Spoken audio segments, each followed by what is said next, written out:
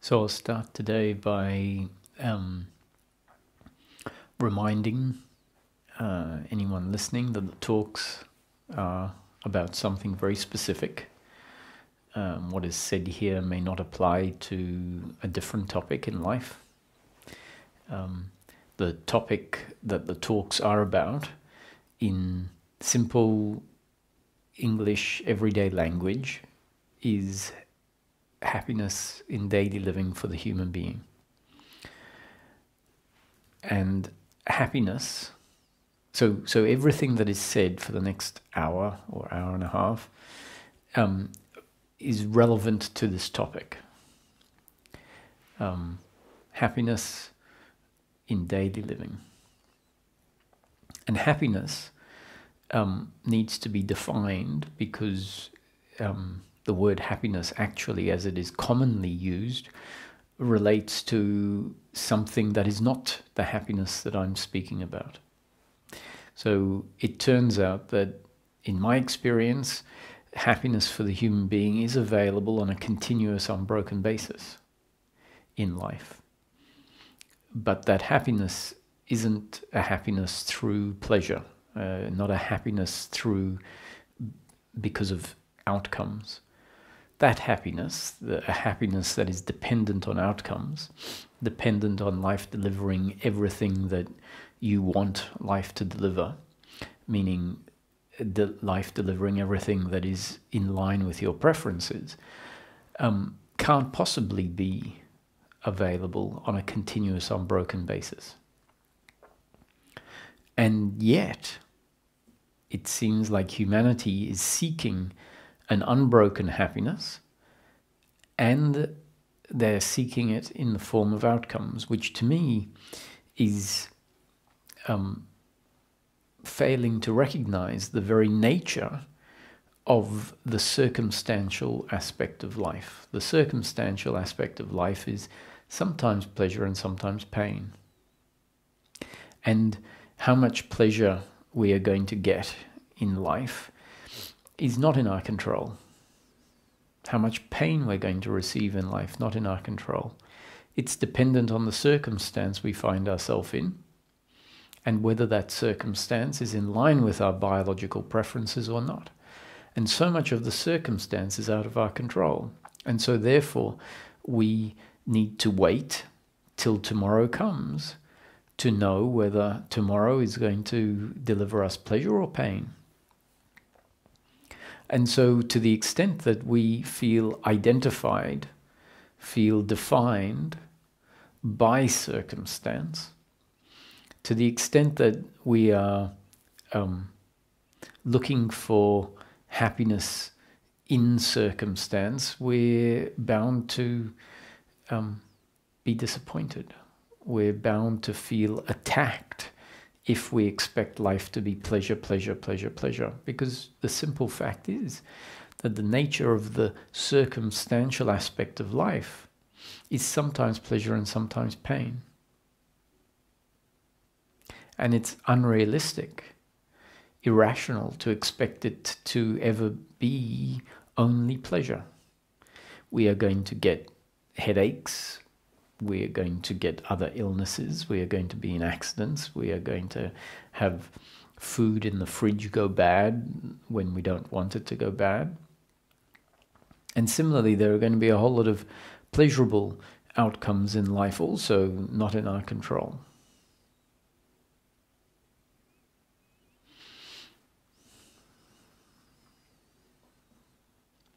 And this is one of the most obvious facts if we pay attention, if we look to see. So the teachings, the talks, are essentially new conditioning being delivered by life through Roger. In this instance, there's many teachings out there. So life is utilizing its many different forms. So when I say, life expresses itself through infinite different forms. And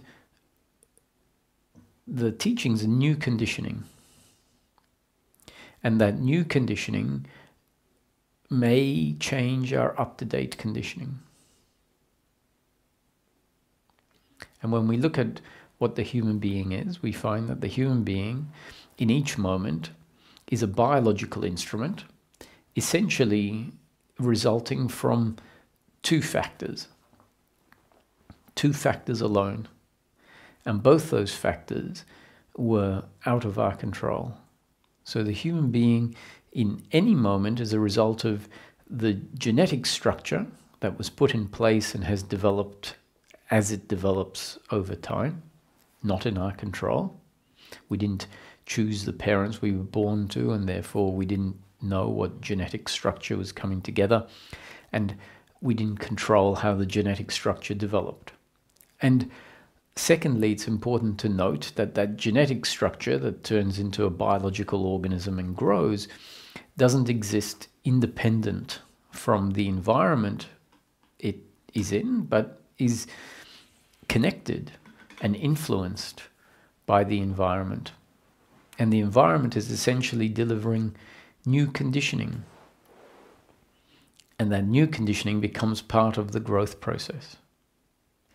And the new conditioning on a cumulative basis, so new conditioning moment after moment after moment, is what we can call our up-to-date conditioning. So the human being, Roger in this moment, is essentially a result of the genes and up-to-date conditioning. So genes just represents the biological intelligence that grows into this complex biological organism, and the up-to-date conditioning is the influence of the environment in which the organism is growing.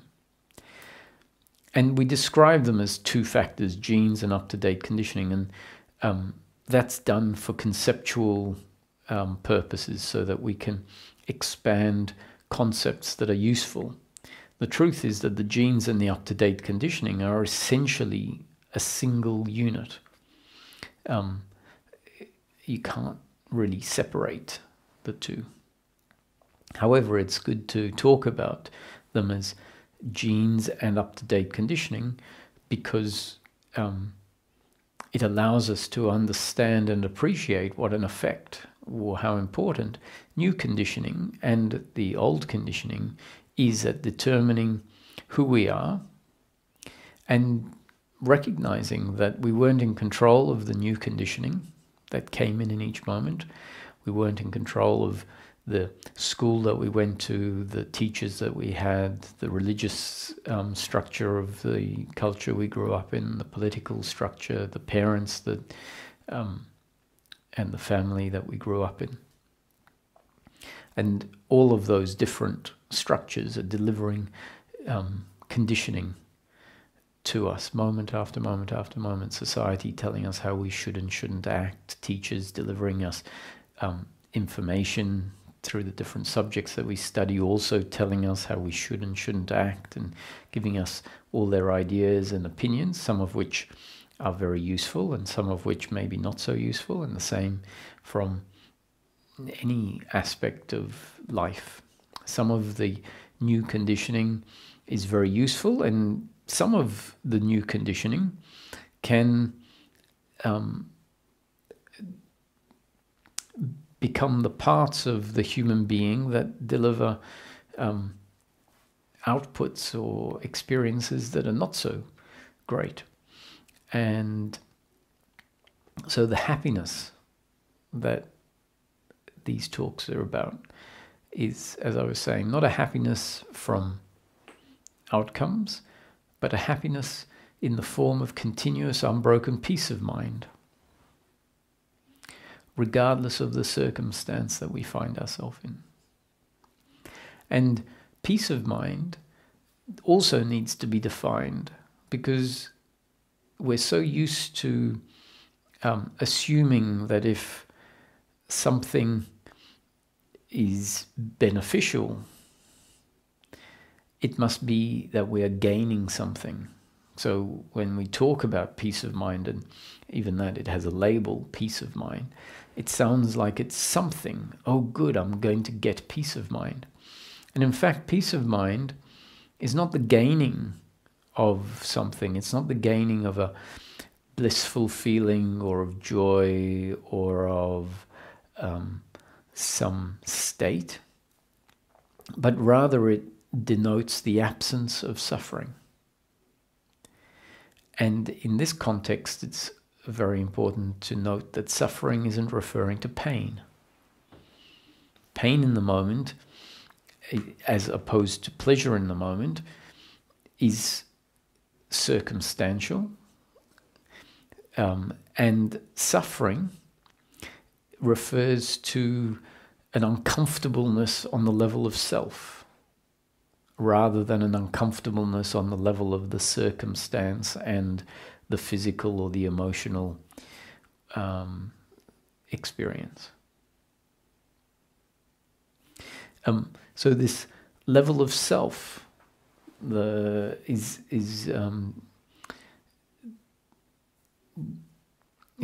described as being different from the circumstance. And it's on that level that our happiness or our unhappiness exists, as opposed to our happiness or unhappiness being determined by the circumstance. So circumstance is either pleasure or pain. So if the weather is very hot and very hot weather is not in line with your biological preferences, we would say that's pain in the moment. If the weather is very cold and that's not in line with your biological preferences, pain in the moment. If the weather is hot and you go for a swim and it's refreshing, we could say that's pleasure in the moment. Having a nice meal, pleasure in the moment. A meal that you don't like the taste of, pain in the moment. Stubbing your toe, pain in the moment.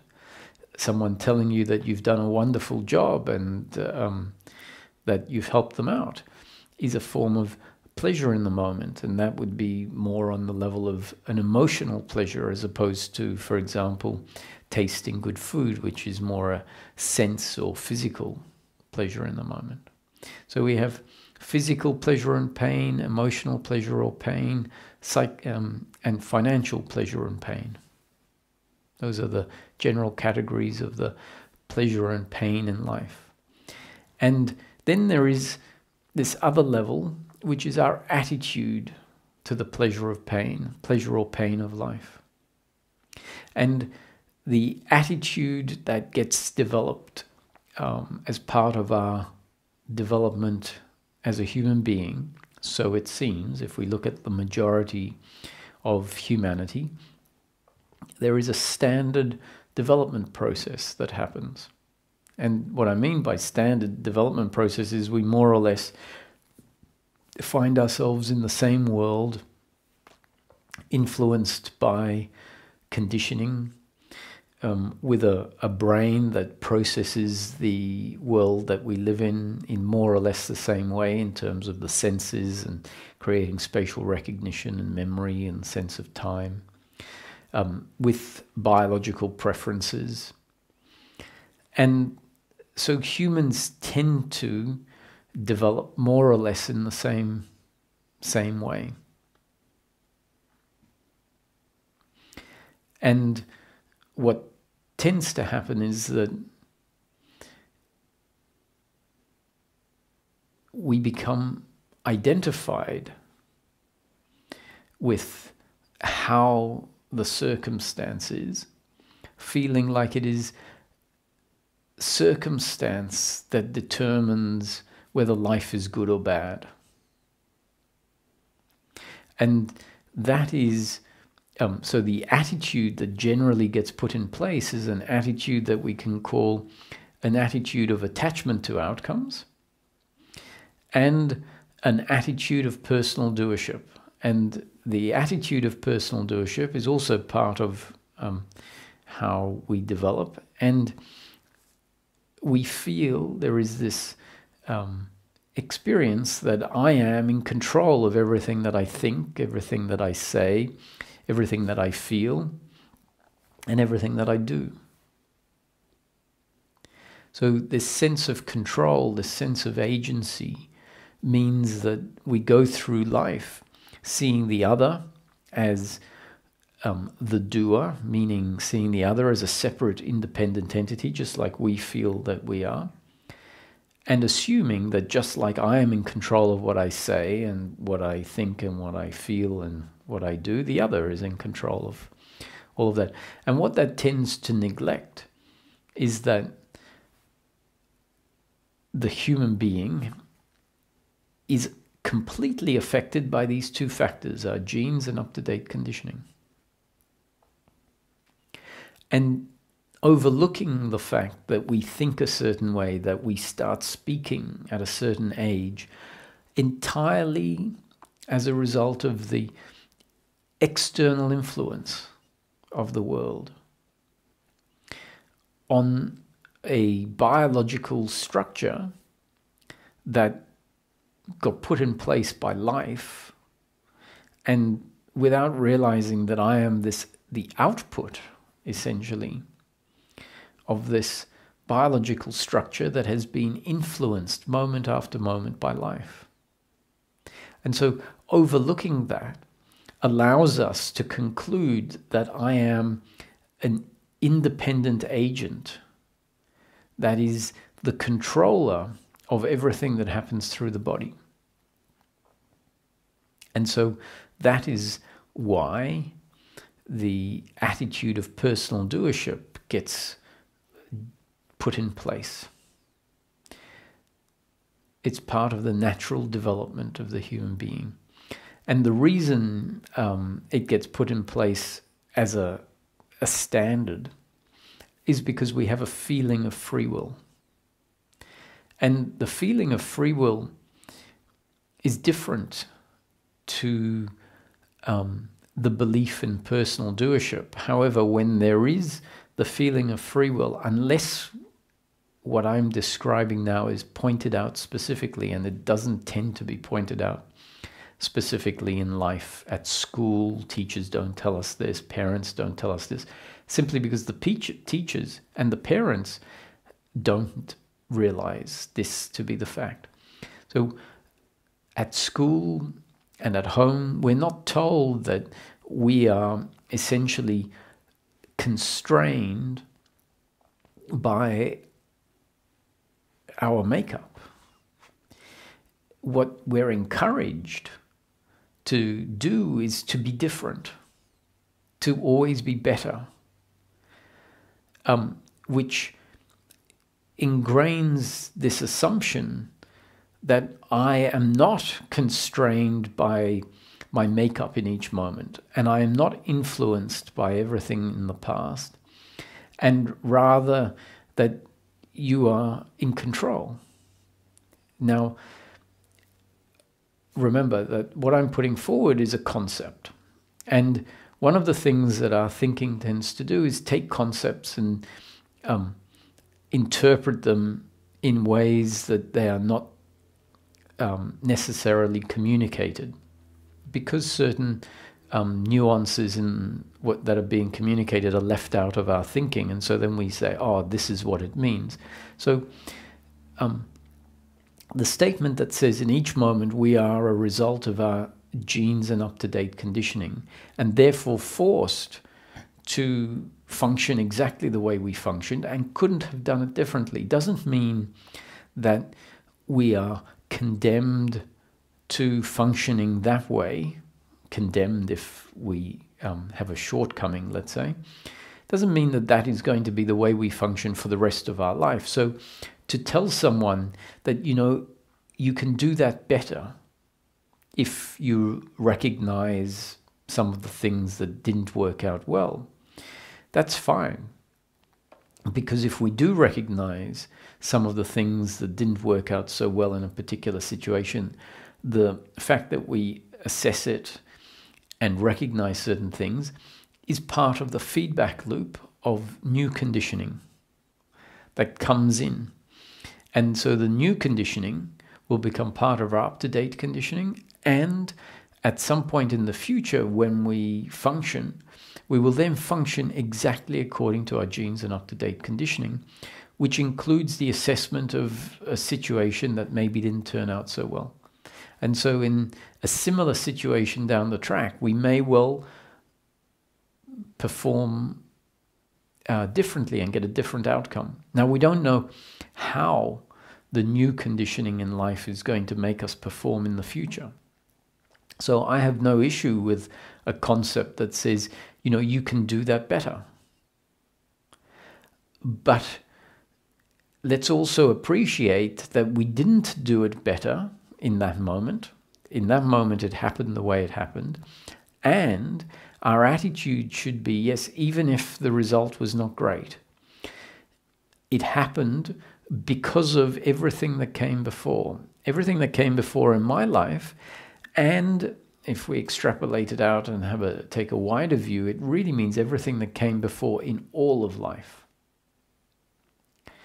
And so if we took the exclusive view, you can do it better in the future, which then interferes with the attitude that says, yes, but in this moment it unfolded exactly the way it had to unfold.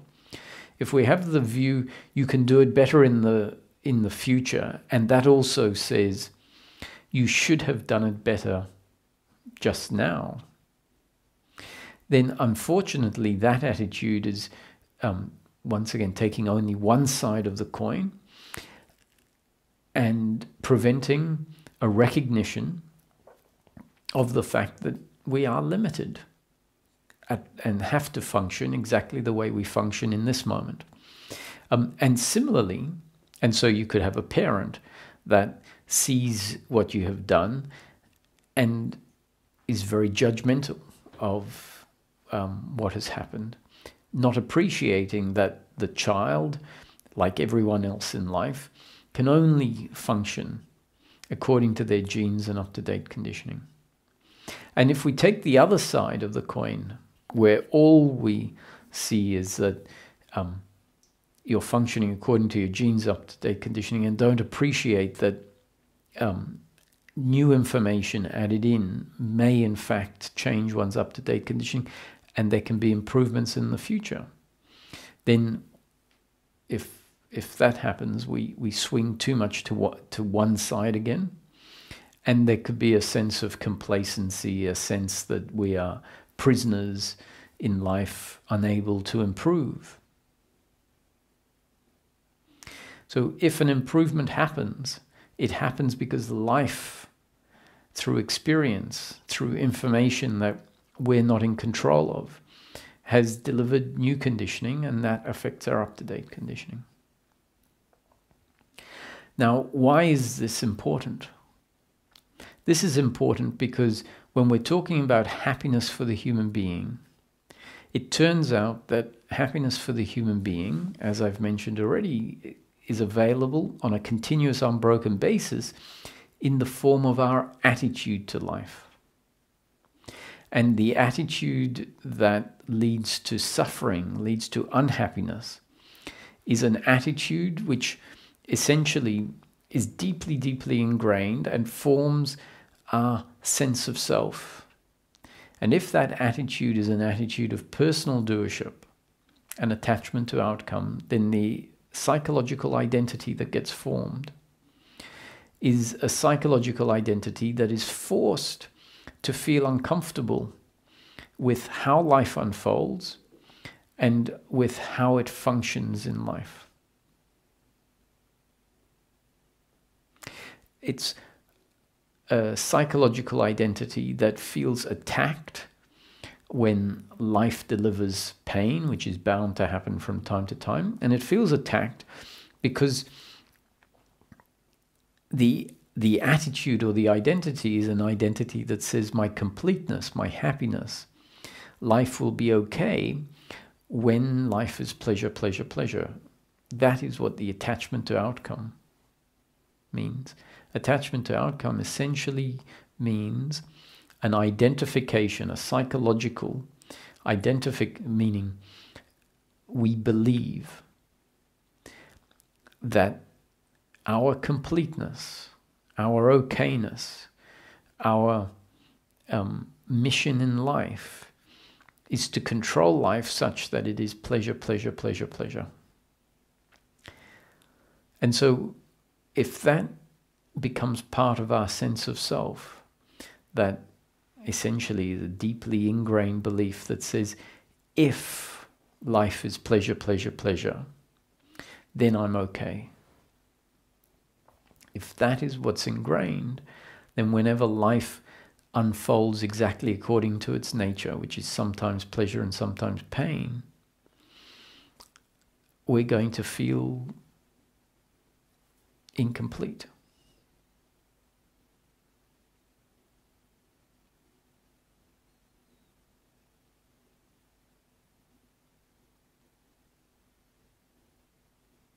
Because the attachment to outcome is going to feel like something that it needs. Its lifeblood has been withdrawn. And so it will fight for its life. It will fight for its life against the circumstantial unfolding of life. It's like, no, this can't be the way life unfolds. That's what the psychological response is when life delivers pain.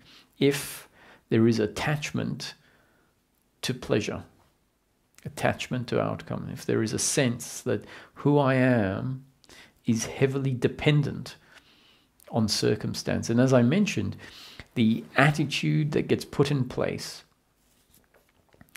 as part of our natural development is to feel as if the best we can have is circumstantial pleasure in the absence of circumstantial pain. And what that leads to, or what that has resulted from, is essentially a disconnection from a dimension, an aspect of the human being that is very much part of the human being. In fact, we could say it is our essence, our core, that is already complete, that is at peace with life regardless of how it unfolds. That essence is already complete, and it feels complete when it rests in itself. And unfortunately, the natural development, primarily because of the functioning of our intellect and how our intellect and our whole conscious experience of life is interpreted. Because of that, this aspect I'm speaking about, this core that we can refer to as consciousness or awareness, is covered up, is essentially discarded as irrelevant. Because all the attention gets dragged into circumstance, all of the attention is focused on the gross components of life, the sensual components of life, the biological aspects that are linked to our preferences. And so if the psychology prioritizes outcomes, prioritizes pleasure and pain, the attention, the priority is on outcomes. And the natural effect of that is that we focus on the past, which is all the outcomes that have happened up to date. We focus on the future, which is all the future outcomes. We look at the present and the outcomes in the present, and we complain about them often, or we claim ownership over them.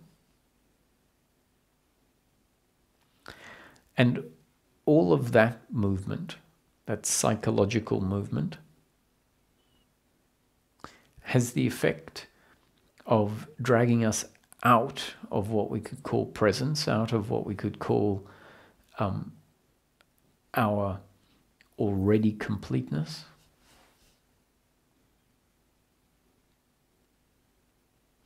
And it might become obvious to you that that psychological attachment to outcomes, that and hence never feeling satisfied, because even if life was to become pleasure, pleasure, pleasure, and frankly, for a lot of people, we have so much pleasure, so much good fortune relative to what life could be, that what we might notice is that the pleasure doesn't actually, even though we believe it will, doesn't actually deliver satisfaction.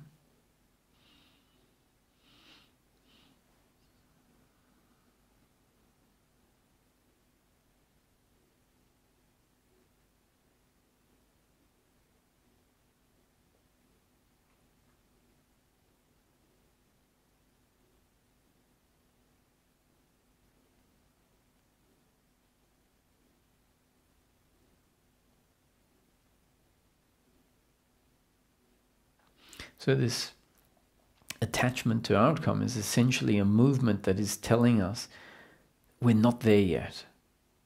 We can't stop because we haven't managed to conquer life. We haven't managed to make our life a success yet. We haven't got to a position where life is pleasure, pleasure, pleasure, pleasure.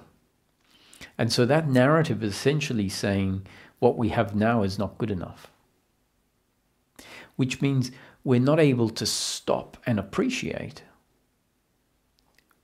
If we stop, instead of stopping and appreciating, essentially we're stopping, and the narrative will say, well, for how much longer are you going to remain stopped? Because we have somewhere to go and something to do.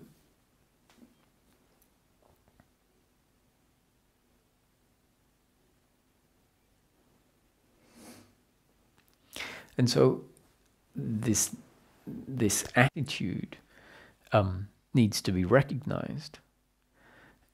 And as we start to see the shortcoming of this attachment to outcome, believing that my completeness, my happiness is to be found in outcomes, as life starts delivering new conditioning that becomes part of the basis on which new thinking can happen, and say, is it true that my continual attachment to outcome may actually be disconnecting me from an aspect of myself that is worth appreciating?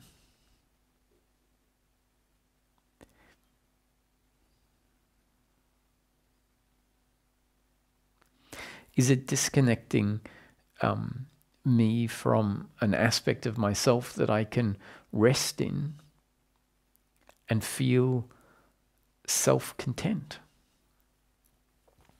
feel self-fulfilled, feel at peace, feel like nothing needs to be added?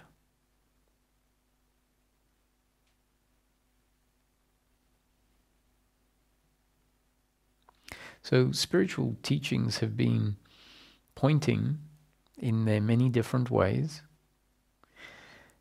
at essentially this dynamic that I've been describing, which is the dynamic where the human being, as part of the natural unfolding of life, the development process of life, tends to form in such a way that we know ourselves as a separate, independent entity that overlooks the fact that its makeup and its functioning is completely determined by external forces that were out of its control and will continue to be determined by external forces that will always be out of its control, and has become identified with outcomes because of the identification with the physical body exclusively, and relative to the physical body, outcomes are all that is relevant. And because of this psychological attachment to outcomes, we have then got this identity that is obsessed with outcomes at the cost, at all cost, which means that we're not so interested in the other. We will start behaving in ways that are very defensive, and defensive at getting pleasure, so wanting to be right at all costs, because we believe that that is part of my completeness.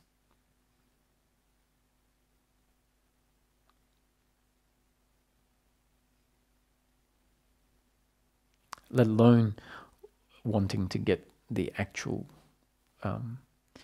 physical pleasures that we don't have yet.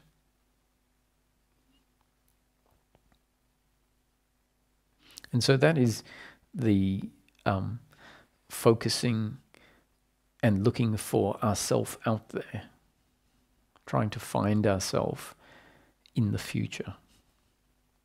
So the spiritual teachings have been telling us this is what has happened. And that development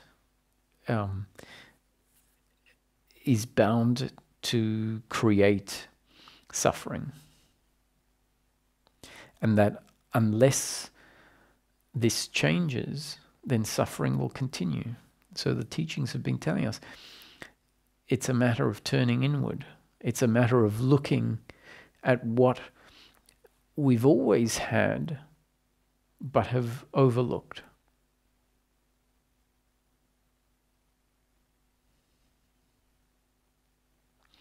The story of Adam and Eve, to me, is a great metaphor for this process. And it's a story and a metaphor as I'm referring to it.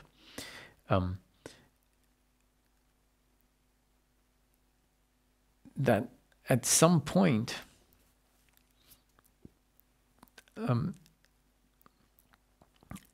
Adam and Eve were tempted by external factors into eating the fruit, the apple, of the tree of the knowledge of good and evil. And once they ate the apple of the knowledge of good and evil, they fell from grace and they felt self-conscious. They essentially were thrown out of heaven. Now, all of that to me is a representation, a metaphor of how our psychology develops from a young age.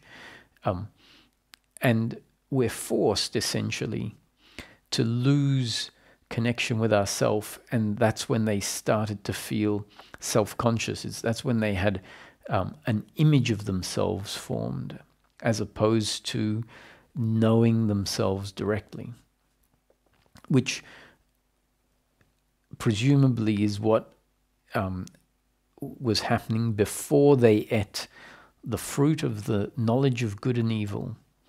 And this tree from which they were tempted to eat the fruit was called the tree of the knowledge of good and evil for good reason. And essentially what it's talking about is duality.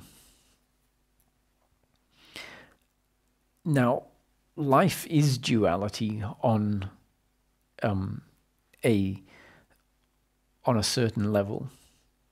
The knowledge of good and evil means the thinking about duality, the becoming identified with needing good, pleasure, and pushing away pain.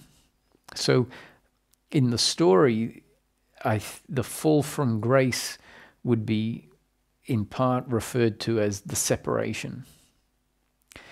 And the separation is where the knowledge, the thinking of what I need and what I don't want became the attitudinal separation, where we've turned life, which is going to be sometimes pleasure and sometimes pain, And now with this knowledge of good and evil, we're saying, I want life to be all good and never bad. So this is where a psychological separation from life has happened. The dissolving of the separation is when the attitude is, what's the word? There is an atonement, and the attitude changes back to an attitude of seeing that life is, on one level, a duality of interconnected opposites. And it has to be that. Yet, if we can attitudinally see that the whole is made up of the interconnected opposites, which then means attitudinally we have to accept, we have to see as part of the one, the good and the bad. And then the separation, the attitudinal separation, which means an attitudinal resistance to life, or at least an attitudinal resistance to half of life, falls away when we understand that the duality, the non-duality is made up of duality. And that you can't have the whole unless you have the interconnected opposites. And even though it's a bit tricky how it's worded, because it sounds like knowledge of good and evil, which sounds like an asset, because we're so used to interpreting knowledge as something very precious. Knowledge, as it's used in this context, means interpretation of the mind, and in particular interpretation of the thinking mind that is attached to pleasure and attached to not having pain. So that's the separation. The separation is a separation that has happened on the attitudinal level.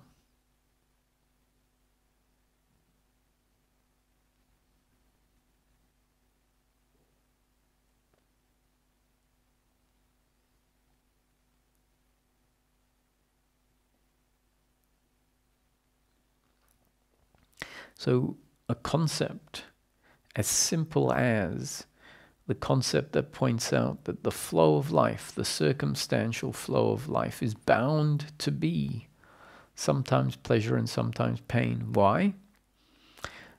Because the human being is a result of their genes and up-to-date conditioning, and part of the genes and up-to-date conditioning is your biological preference, not something that you controlled. You didn't control whether the body likes temperatures of, a really hot climate or a really cold climate or somewhere in between. It's just part of your biological makeup, and you feel it, and it either feels pleasurable or painful. So the flow of life is bound to be sometimes pleasure and sometimes pain. Why? Because we have our biological preferences that we're not in control of and weren't in control of. And then the flow of life, how the sun rises and how hot it is on a particular day, for example, or what the other person does, whether they deliver pleasure or pain to you, is not in your control. And so the circumstance is going to turn out one way. That's inevitable. And then when we find ourselves interacting with the circumstance, meaning our biological preference interacting with it, life is either going to then be pleasure or painful. So the concept that points out that life on a circumstantial level and on a biological level is always going to be either pleasure or pain. And then it's important for us to have the concept delivered that says there is the biological reaction, which is of the pleasure or pain, and then there is our psychological reaction, which is our attitude to the pleasure or pain. And if our attitude becomes influenced by the recognition that life has to be pleasure or pain, a mix of pleasure and pain, then we might find our attitude that is continually pushing pain away starts to get interrupted by the working mind, the functional mind that says, well, I guess if I understand intellectually that life has to be sometimes pleasure and sometimes pain, it makes less sense to judge the painful situation as if life is broken, which is what we tend to do if we haven't started to see life, understand life a particular way. When attachment to outcome is there, which means we believe that in order for me to be complete, I need life to be pleasure, pleasure, pleasure. When life delivers pain, our psychological reaction to it is as if something in life has gone wrong. And if we then start to see that our unhappiness is not actually the pain of the circumstance, but the additional layer of this attitude of doership and attachment to outcome, if we start to see that that is our unhappiness, and that as that psychological attachment and doership starts to get cut off, starts to be interfered with, then we find more peace. We start to realize that, well, the circumstance is the way it is, and I can either resist it, complain about it, feel resentment to the other, or there may be the possibility, depending on how life has designed us up to that point in time, to accept it as the unfolding of life. And if we do accept it as the unfolding of life, what we might find is that we still have the pain of the circumstance, that's inevitable, but without this extra load of resentment and expectation that life should be different. Or without the load of shame towards myself for not having done a better job, recognizing that I functioned to the best of my ability. I functioned according to my genes and up-to-date conditioning, and that delivered an outcome that wasn't great.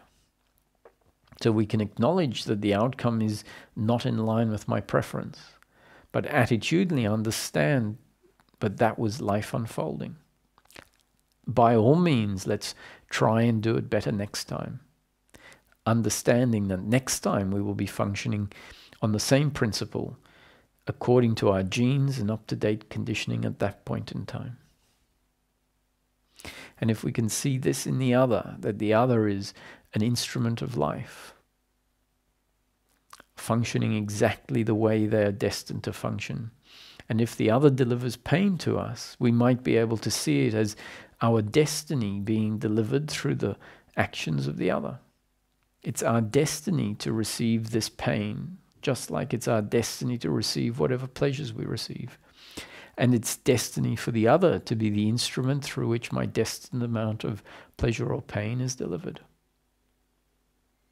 And with this attitude, the other ceases to be a competitor, a rival, an enemy, and gets seen to be just like you and I, actors, participants in this story of life, destined and forced to function exactly the way we function.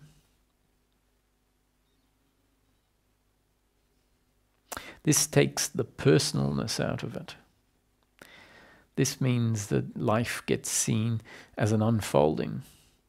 And if we have found this connection to ourself, to the essence of ourself, being re-established, which means a dropping out of the thinking mind into the heart, dropping out of the thinking mind into being, into presence, then we start getting first-hand feedback of the fact that circumstance really isn't that important.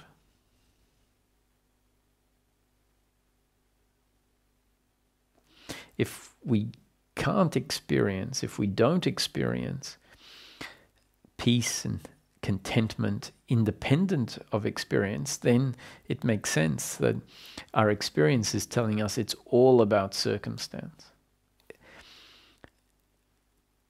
And that's what happens when this attachment to outcome is strong. Attachment to outcome is strong, circumstance is painful, we feel uncomfortable, we feel unhappy, and if we don't see that it's our attitude to the circumstance, it seems like it is the circumstance. As this attitude gets seen and starts getting cut off, where we say, stop that story about the past and about the future, and we come back to the present moment, where the problems, the psychological problems, can dissolve.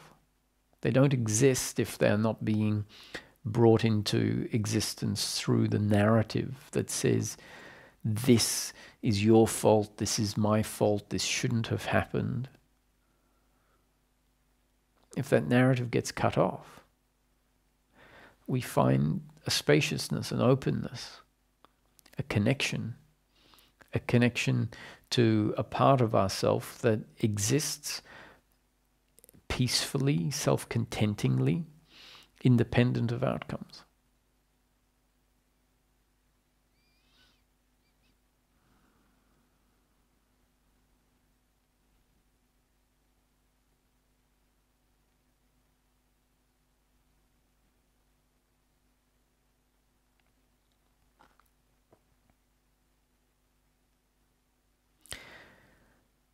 I'll open it up for questions shortly. Just some little information, concept about our genes and up-to-date conditioning. A concept that says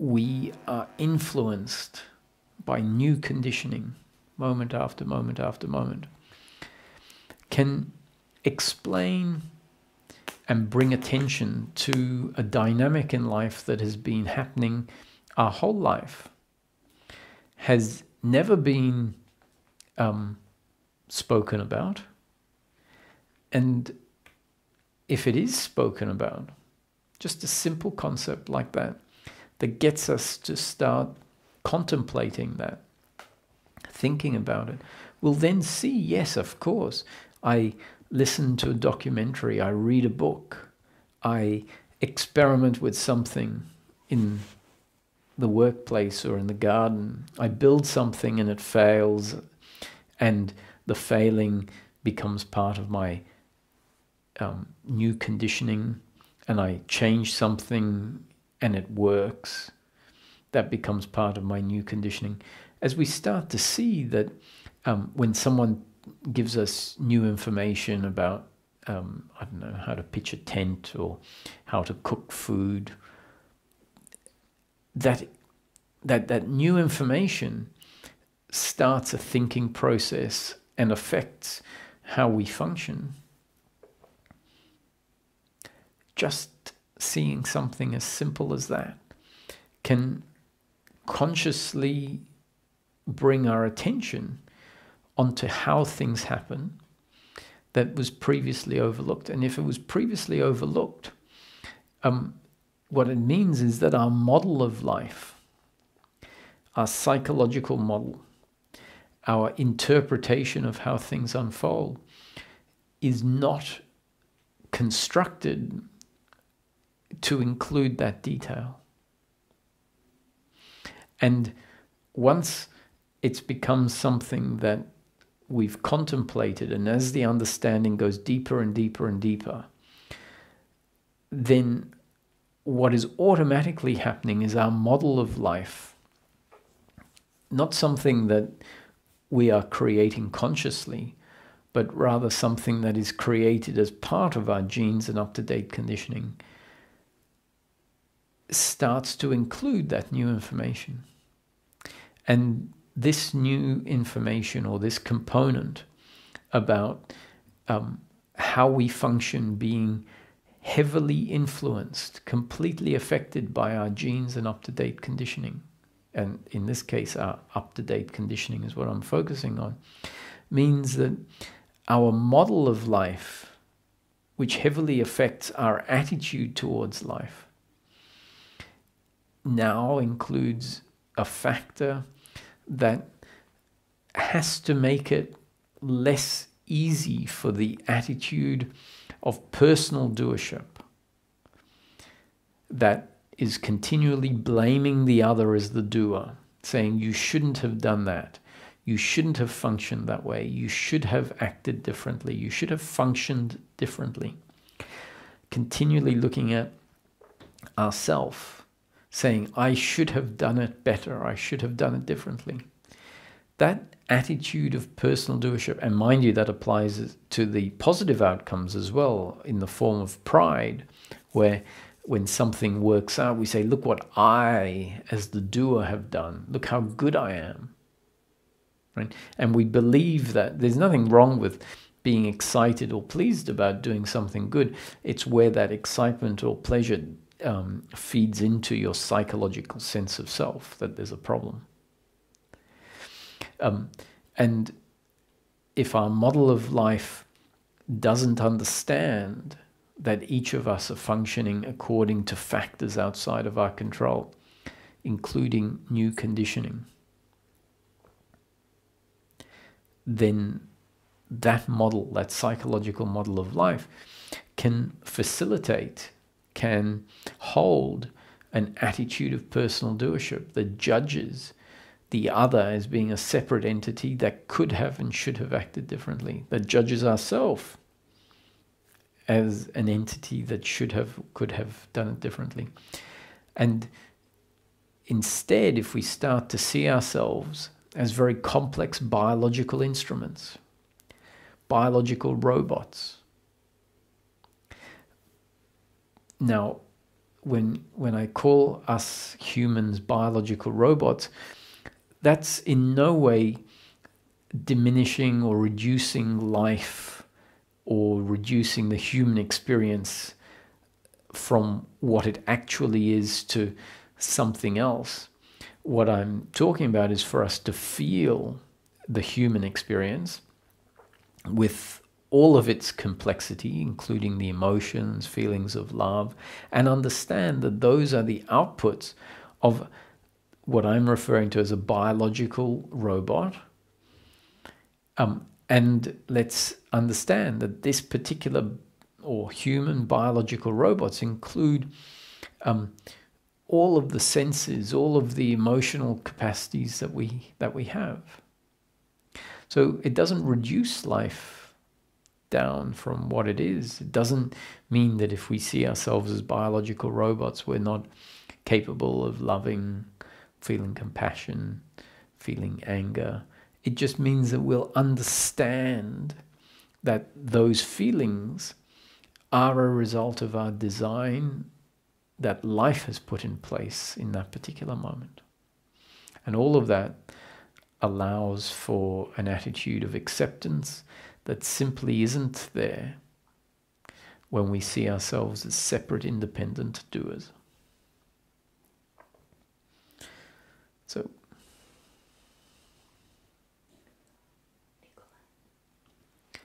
hi, Nicholas. Are you receiving me?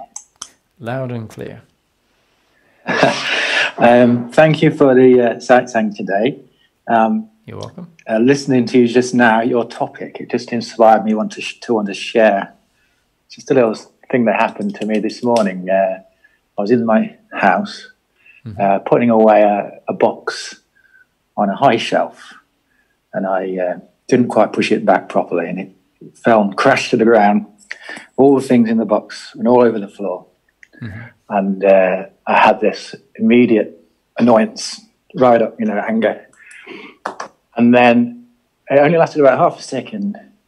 And something you touched on in one of your previous talks sort of came to mind, which was that it's not a personal attack, you know, and as quickly as it had come, that feeling of anger just disappeared, and I was able to look at, just calmly get down and pick up the items in the box, pull them away, and it was quite remarkable to me. It's only, I know it sounds a trivial incident, but previously I would have just had it, you know, maybe stormed out the room and whatever, had a little tantrum, and I just really noticed, like, the message you've been given has, you know, updated my model of life, as you mentioned today, somehow, and there's some information that's helped to sort of change the way that I'm responding to things, and that's really cool. So thank you.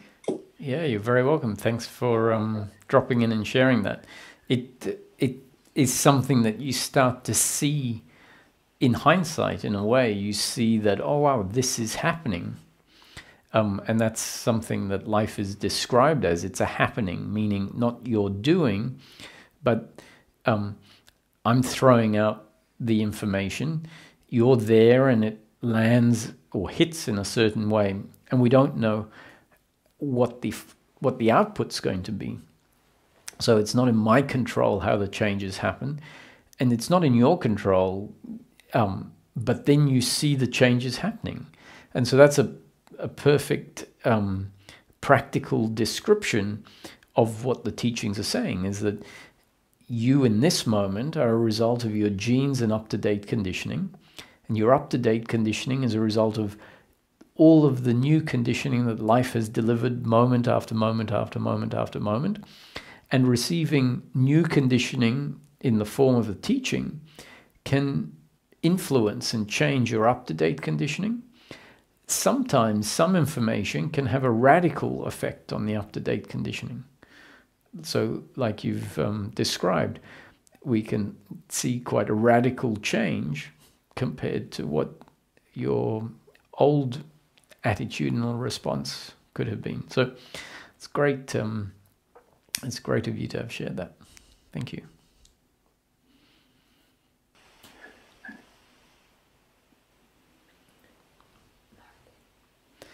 Hi, Martin.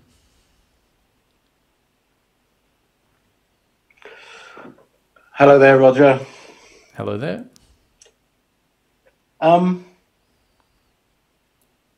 Yeah, I always got to say thanks for doing this. I just can't tell you how much you've changed my life. Great. For the better. I just wanted you to know that. I don't know why, but it's just so important what you're doing, Roger. I just wish I could find something important to do in my life the same, but anyway, that's a different thing. I'm struggling with something really quite big at the moment, and I wondered if you might be able to sort of throw some light on it, as you often do.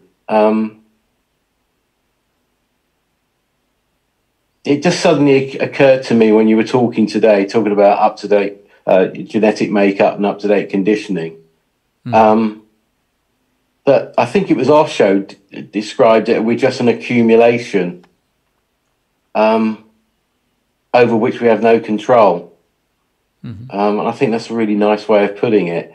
And it just seems to me, since for the last 10 years, since there was what I then saw, and perhaps do to a certain extent now, a huge calamity in my life that really shouldn't have happened. And the people who made it happen shouldn't have behaved and did what they did. But now I know that they were always going to do that. Life was always going to unfold like that for me, and also for them. Instead of seeing everything from my point of view, to see it from others, to wear their shoes, as it were. And when you were talking today, you were talking about this up-to-date conditioning, new information. Sometimes it can be a very small thing that can suddenly get the working mind to say, yeah, I've always been doing that. I've always done that. That was always an error. And I just wanted to say, for the last 10 years, I've been in therapy, I've been going to satsangs, traveled the world, sat with Buddhist abbots and Catholic monks and all that. I always thought there was somebody or a therapist or a counselor was going to tell me something that would make everything very, very clear. There's this one piece of information. And I suddenly realized today that what you were saying is that this up-to-date conditioning, this information you get, is also an accumulation. That if that makes any sense, that this seeking for this one piece of knowledge was going to unravel everything, that was going to make everything okay. So thanks for that. And the one thing I'm struggling with at the moment is this doership. I'm not the doer. And in my everyday life, it's demonstrated to me endlessly, moment after moment, I cannot be the doer. I didn't make that happen. That bird just flew past me, just like I've just had this last thought. But the thing I'm really struggling with, Roger, is looking at circumstances that I'm in now, my life circumstances. I've got myself into a position whereby I am literally all on my own. There is no one else to rely on but myself. And in the past, I realised today that I've always had a significant person in my life that I thought, if I get it all wrong, they will save me. They will be able to put it right. Whether that was a teacher at school, whether it was my mother, whether it was my elder brother, whether it was my ex-wife, whether it was my ex-wife's father-in-law, whether it was the chairman of the company where I was a director. I always felt that if I won't effed up, fucked up, they would put it right. And now in my life, there is nobody. And what I'm struggling with at the moment is this non-doership, this feeling of free will. I simply don't know what to do in order to improve the circumstances. That to put it quite clearly. I've tried this, that didn't work. I tried this, that I didn't work. I tried this, it didn't work. I'm just exhausted is the only way to describe it to you. But I do understand I do clearly understand everything you teach now, Roger, I think. But I'm really struggling with it at the moment. Like you said, your friends in India, what to do? These circumstances, yeah, they're okay, they're survivable, but it's not sustainable. I need to do something to make some money, simply. And it's just not happening. And so it's a bit of a long question, so apologies for that. But that's what I'm struggling with at the moment. I don't have this significant person, because it could almost be they say, oh, Martin, right, what you need to do is do that. And I could think, well, actually, no, it's not. I'm going to do the reverse, if you know what I mean. But I don't have that. It's just like a void of, it's down to me. And I don't know what to do. Well, I don't know what you should do either. What I know is that if you have someone else, that's not going to suddenly make you or them in control of life. So I think you're just at the moment have this story that if only I had someone else, everything would be okay. So once again, looking for outcomes.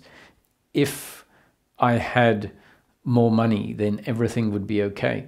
Now, I'm not saying that more money wouldn't make life easier, but that's not where your completeness or your happiness is to be found. So the teaching is saying that, one is your circumstance and the other is your attitude. So by all means, we need to function, we need to look at our circumstance.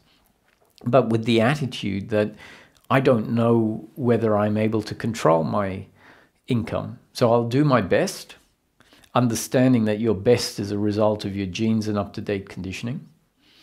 That's the non-doership, meaning there isn't a separate agent in control. There is this biological robot functioning according to the circumstance it finds itself in. And in this circumstance, you don't have someone else to rely on. So the circumstance is there's that biological instrument, Martin, in the circumstance, and Martin is trying this and trying that, and there's an outcome to everything that Martin does, in quotes, which really is just a happening according to the design. And the outcome is either going to be good or not so good, and you're going to try something different. So the suggestion is that if someone says, so if life is predetermined, how should I live my life? And the answer is, it's really simple. You just need to look at the next moment. That's all that is required of you, is to function in the next moment and do exactly what you think or feel to do given the circumstance, understanding that what you think or feel to do is a result of your genes and up-to-date conditioning. So if you feel lost, if you don't have clear direction, understand, I don't have clear direction because it's my destiny, because the circumstance I find myself in and my genes and up-to-date conditioning are leading to a stalemate, to a sense of I don't know what to do. And so at least there might be a surrender to the fact that your inability to make a decision is not your doing. It's not something you need to feel responsible for. It's part of life unfolding. And this is very hard. If we're attached to the outcome, then we say, well, not knowing what to do is very bad. It's very bad relative to what? Very bad relative to a specific outcome that we're saying this is what we need to have. So to the extent that we can surrender the outcomes, surrender to the fact that we might be stuck. No, so none of these things are actually giving you answers to the circumstantial problem. I'm not trying to fix the circumstantial problem. I'm sort of describing life as an unfolding and the attitude that is most conducive to peace of mind. And so it might seem very unsatisfactory relative to an attachment to a circumstantial problem. But I'm simply not delivering circumstantial answers.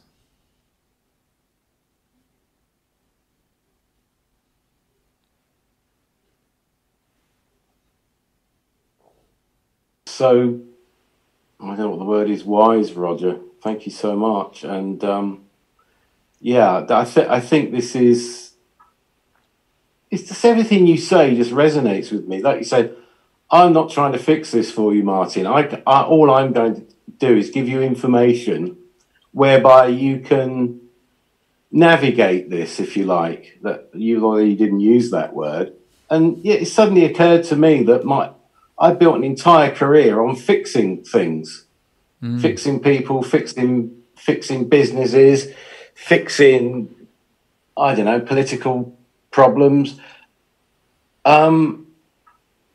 And now I'm trying to fix my personal circumstances, and really it's not in my control. So, I really can't thank you enough, Roger. Well, and I know you say about this is. I know you say about pride, and you said to somebody the other day, don't take pride in this happening. Just be pleased with it. And I just reckon that I'm not doing this to stroke your ear. I reckon Ramesh would be really pleased that he had you as a pupil. I really do. He might even been prideful, I don't know, but probably not in his repertoire. But I can't ever thank you enough, Roger. I just got to let life unfold and not try and control. I'm not in control. Brilliant. Yeah. And that doesn't prevent you from doing your best in the next moment. Which is really just a happening. And so the amazing thing is that if we surrender control, surrender attachment to outcome, that has absolutely nothing to do with whether the outcome, or doesn't have anything to do with what the next outcome is going to be. So you can surrender the result of your efforts and still find a great result. So this change in attitude really creates peace on the attitudinal level and doesn't affect the outcomes. Whereas some people say, if I drop my attachment to outcomes, I might have peace, but then I'm not going to get positive outcomes. And what I'm saying is the opposite. Surrender, and you'll still find yourself applying for jobs if the circumstance presents itself. Thank you, Roger. Pleasure. Really great.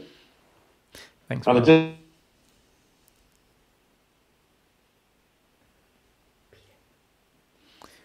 Hi, Peter.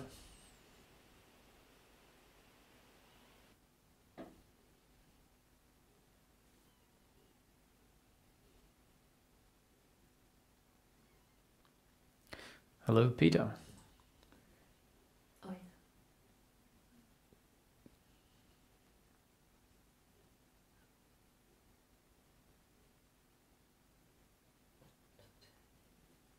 Hello, Peter.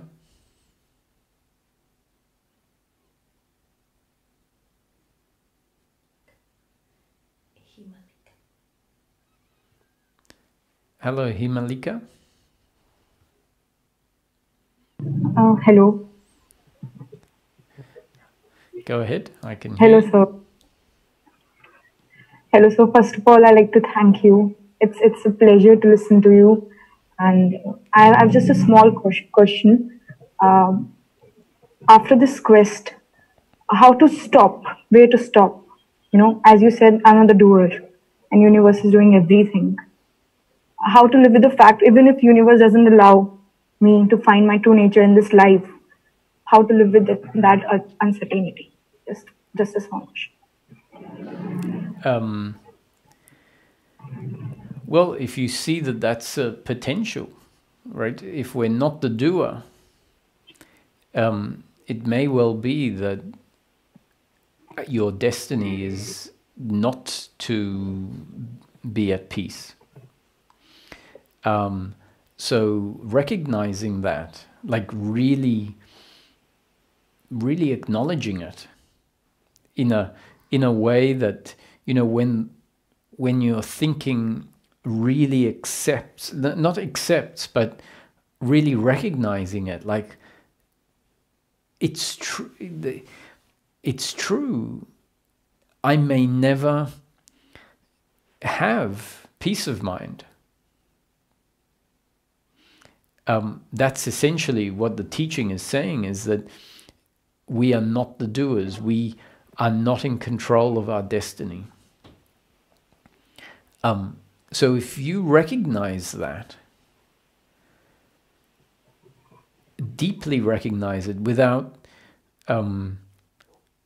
where you put any investment that you have in outcomes aside, because your investment in maybe peace of mind, for example, could get in the way of acknowledging this fact. It's like, so an investment in peace of mind, meaning an attachment to peace of mind, might say, no, I'm not going to accept that it may not be my destiny. I'm going to make it happen. And what you're describing is actually what is. It may not be your destiny to experience peace of mind. And acknowledging that doesn't mean that you have affected the outcome. As in, it doesn't mean that if you acknowledge that that's your destiny, that now that means you're not going to have peace of mind. Because you haven't acknowledged, I am not going to have peace of mind. You say, I may well not get peace of mind in this life. Which is very different to saying, I will not have peace of mind. It's, I may not, and yet I may. And I would suggest that if you really acknowledge that deeply, there's a great amount of wisdom in that attitude.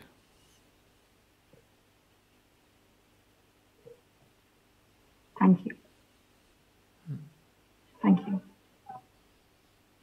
And wisdom is the foundation of peace of mind. So, good luck.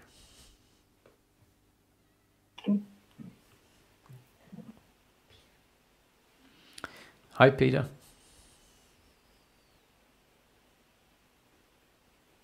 Hello? Hello? Do you hear me? Yes, I can hear you now. Hello? Okay, sorry about the previous technical difficulties. So, yeah, thank you, as usual, for doing this. My question is in regard to, outcomes, attachment to outcomes. I guess I've still been wondering about that facet of the teaching. I think the notion of guilt and blame and those in particular, I think I've sort of been able to assimilate or has definitely been, the teaching has helped alleviate some of those feelings. Yet I still find myself, the notion that we're not in control of outcomes, and I think I can sort of accept. I'm coming around to accepting that notion as well. I think, regardless of outcomes, I think I can acknowledge that there is, peace of mind, But I guess perhaps that, suggests that it's still sort of on an intellectual level, the fact that I do find myself sort of hoping for certain things, and fearing, I guess, is the flip side of that hope. And I guess my question is, as I've noticed that you don't use those words very often, are hope and fear, those two, those are essentially manifestations of attachment to outcome, if I'm not mistaken? I mean, they definitely take you out of the present moment. They're sort of stories about the future that you're telling yourself. So I guess I feel like, and perhaps I'm wrong, I feel like I can accept outcomes, and I'm sort of prepared to accept, a life unfolding in the way that it will unfold. But I do find myself, again, hoping and fearing, and so what is that? I mean, is that? Yeah, I guess that's attachment to outcomes, right? Yes. Sorry for the long question. It is. And what it also is a non-reconciliation of your actual experience to your psychological identity when it is in play in those moments when there is attachment to outcomes in the form of expectation, fear, and hope. What I mean by that, where there's a non-reconciliation between your actual experience and what is contained in the narrative of that expectation, is because you're describing that you're able to accept outcomes more and more. And what acceptance of outcomes essentially means, if I'm interpreting it correct, is that something will happen.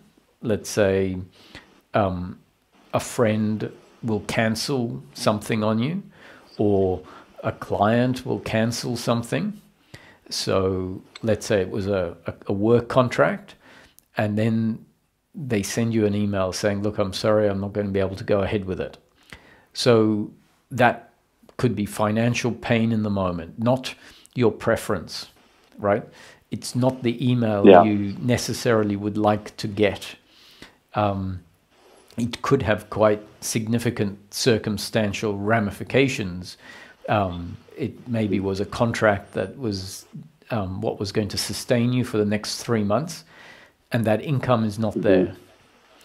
Right. Now, acceptance of that means that on one level you understand this is what happens in life, right? And the acceptance also means some sort of equanimity or peace with the fact that that has happened, whereas previously there may have been this this attachment in the moment where there was no peace with that situation. So what I'm suggesting is that your actual experience, once you receive these pain in the moment experiences, you're able to drop into a place where there is some sense that, well, even with this having transpired, I exist. Not an intellectual I am, but a dropping out of the thinking mind into a place where you know, who knows what's around the corner, or it's not as bad as I might think. And the more that can happen, meaning the more we can find actual peace in the face of unfortunate circumstance. So the more that we can find experiential resting in being, even when the job has been cancelled,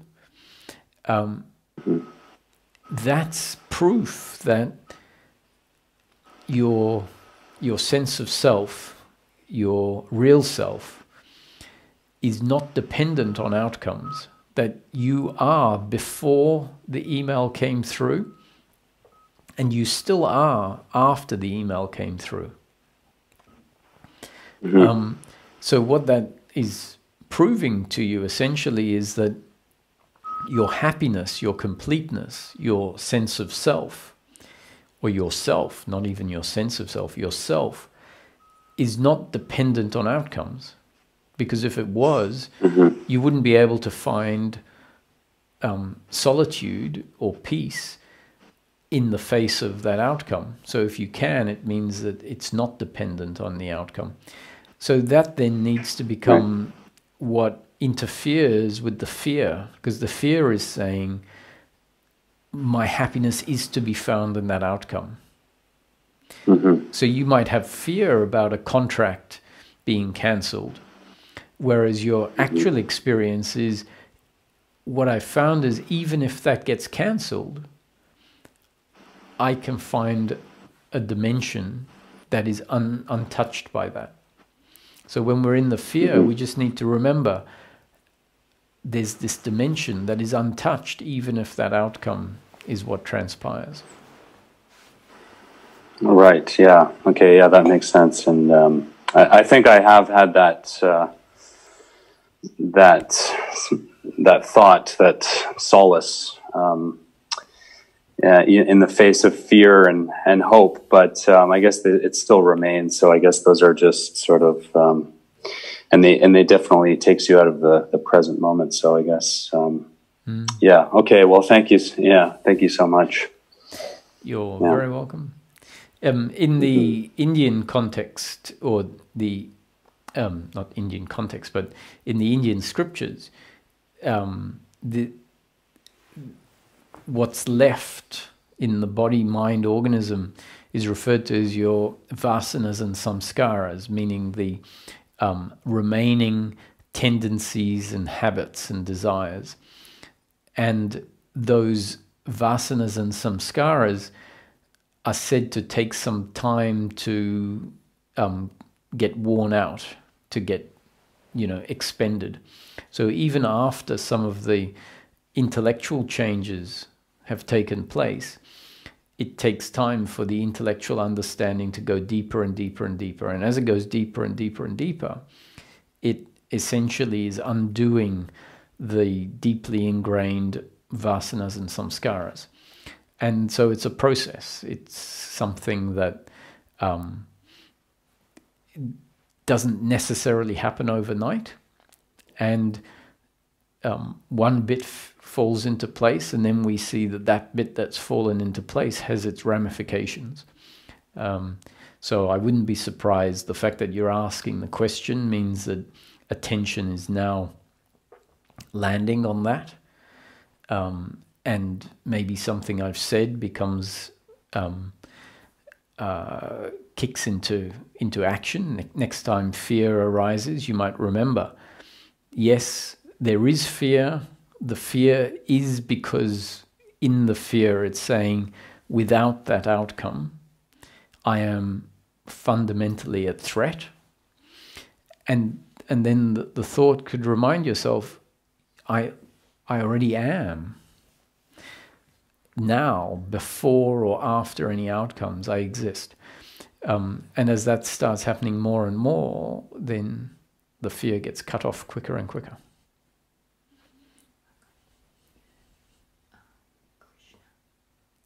Hi, Krishna. Roger, it's awesome to see you again. Thank you so much again for doing these satsangs. You're very welcome. I just had a quick question. From the last time we met, you had suggested to read Tripura Rahasya and about karma and some of this stuff. So I've been reading those books. I just took a break for a few weeks, kind of let it assimilate, and I've noticed a lot more peace. I guess I'm focusing more on doing the actions rather than thinking too much or contemplating or whatnot, which seems good for me, which wasn't there before. Mm-hmm. And also, practicing your teaching of doing what you feel like doing most and not having to worry about, consequences or whatnot. It works for a majority of the time. I just have a couple of concerns when it comes to working out or eating healthy. My body never feels like working out at all most of the time. And even when it comes to eating healthy, I sort of have to force myself. And then there's I'm observing these arising, there's a sense of guilt after the unhealthy eating, let's say, or not having to work out. Mm-hmm. I can definitely say that the guilt is not as much as it used to be. So it is reducing, mm-hmm. But I was just wondering if you had any advice around that. And on a lighter note, I was just wondering, do you watch movies or do you listen to music? What do you do in your free time? Mm-hmm. I don't listen to much music. I do watch movies. And I like taking things apart and trying to understand them, fix them, do things in the garden, improve systems. So I think that for me, our human capacities, especially if we have information, are quite amazing. So over the years, I've taken pleasure in a lot of different things. Sometimes it was just doing exactly what I felt like, which was not at all what we would call productive in a sense. So really listening to what I felt like, and if that meant lying on the couch all day, I would lie on the couch all day. If it meant going out for a walk, I would go for a walk, reading when I felt like reading, eating when I felt like eating. And there was great satisfaction in that. If it was exercising and seeing how capable the body is, if we get into a routine, if we start slow and the body then becomes capable of doing within a short period of time. You might not have been able to run more than 2 kilometers, and then within a month you're running 12 kilometers. And just marveling at the capacities of the body, and then also marveling at the fact that the body at some point starts to become less capable of doing those things. And that's just how our bodies are.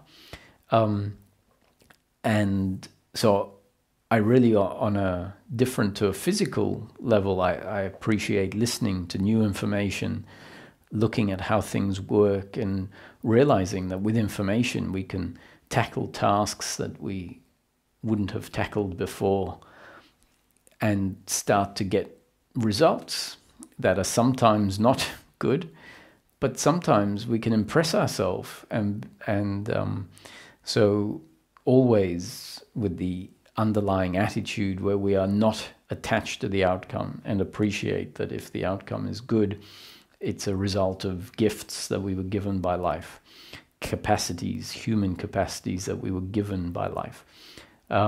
But I think that once our attitude has changed, then there is a sense of let's see what we can improve without an attachment to outcomes. So whether it's making a garden more beautiful or helping people, whatever feels natural, I think there's a natural movement to try and improve things around you without an attachment to that delivering fruits. So that's what I find myself doing. I enjoy playing around with things. So as far as the eating and exercising go, I still, people have often come up and said, I might wake up in the morning and I won't feel like exercising, but if I push myself, I'll exercise, and then after the exercising, I feel like, that's how I needed to start the day. That makes a big difference. And so they might say, if I do what you suggest, of doing what you feel like doing, then I won't get the benefit of pushing myself and then get the benefit of having done the exercise. And I can understand that, I guess different people work in different ways. I maintain the do what you feel like. And I think that our intelligence, our biological intelligence, our working mind will automatically kick in and start creating a different feeling when we start seeing the effects of not doing something. Now, if we continually push ourselves, what might happen is we see the benefits of the exercise, for example, but we don't ever get to have the benefits of the exercise coming from a movement where I felt like doing it. And that would be a shame. If it's possible to get the benefits and get the benefits from I feel like doing it, then it would be a shame to always get the benefits, but by doing something you don't feel like. And maybe in order to get the benefits of something when at the same time as doing it when you feel like, you need to first break the habit of doing what you think you should do. Because if you always do what you think you should do, you might never find it happening at a different time. And sometimes it depends how attached to the outcomes you are, because I've spoken to people that think about letting go of their shoulds and shouldn'ts in regard to eating, for example, and the outcome is just so scary to them. They say, I will put on weight. And I say, I'm sure you will. And that outcome is just too scary for them. So they can't fathom it. Whereas in my mind, putting on weight might just be the new conditioning that the body needs to see deeply that it wants to exercise, which then might create a different feeling that arises in the future. It might be, oh, I feel like exercising. Whereas if we're running off our shoulds and shouldn'ts, and I shouldn't put on weight, I don't want to put on weight, then what might happen is we find ourselves in this cycle of not wanting to do that, but feeling like I need to or I should, and doing it because you should, and then not putting on weight, which on the one hand seems like a reasonable proposition, but I suggest it keeps us away from feeling a flow in life that might just be available after someone puts on a bit of weight, and then that happening can rejig how we actually feel about a certain topic.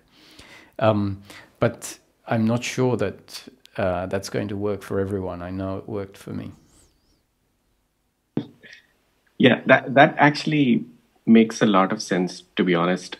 I can tell you this much though, like from before I started integrating the teaching and to after, I've actually exercised a lot more with less guilt and less what you call like less sense of achievement, let's say, like both positive and negative. So I did see that difference. It's just out of like maybe I would just exercise once out of 5 times before.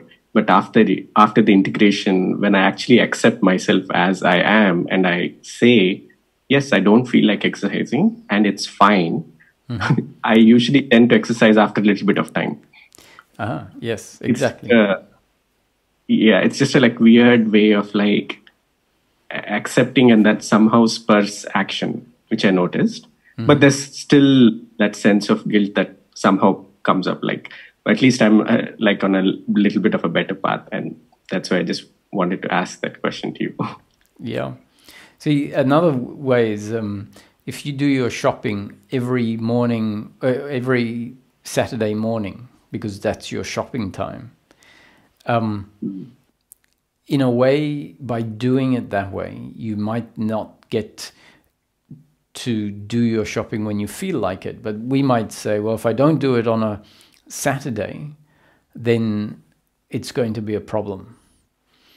But if we don't do it on a Saturday, then, and because you don't, let's say you don't like doing it on a Saturday in the morning, you feel like you have to do it on a Saturday. And so someone might think, no, I can't do it any other time. Saturday is the day. And I've found that if you don't do it when you don't feel like on Saturday, you might just find that on Monday evening, because you don't have enough food or whatever, you go, oh, now I feel like doing the shopping. And if we never give that a chance, then we just, stick to doing it when we should do it. And funnily enough, it's the same with going into work or any number of things, like washing your clothes. You might, I don't feel like doing it now, so don't do it. And then it might just be a matter of 10 minutes go past. And then after 10 minutes, you feel like doing it. And if you had done it when you didn't feel like doing it, you would have got it done, but without being in flow. And my experience is you can wait 10 minutes, and 10 minutes can make all the difference, just like you described. And I've been kind of like focusing on that a lot more, like feeling and like really understanding what I'd like to do, or what I, in addition to like just forcing myself to go to work or do something. But I'm also tempering it with like a sense of practicality as well.